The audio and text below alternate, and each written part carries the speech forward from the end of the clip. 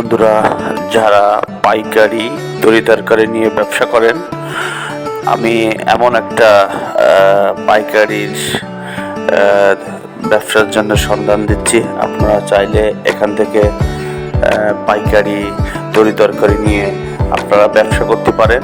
এখান থেকে নিয়ে আপনারা সারা বাংলাদেশে ব্যবসা করতে পারেন। এটা হচ্ছে অনেক বড় একটা হাট হয়, সপ্তাহে 2 দিন, শুক্রবার এবং সোমবারে এই হাটগুলো হয়। সকালে আপনারা এখান থেকে পাইকারি তরি তরকারি নিতে পারেন। এমনকি কলার বড় বিশাল এক হাট হয়, এখান থেকে সারা বাংলাদেশে কলা যায়।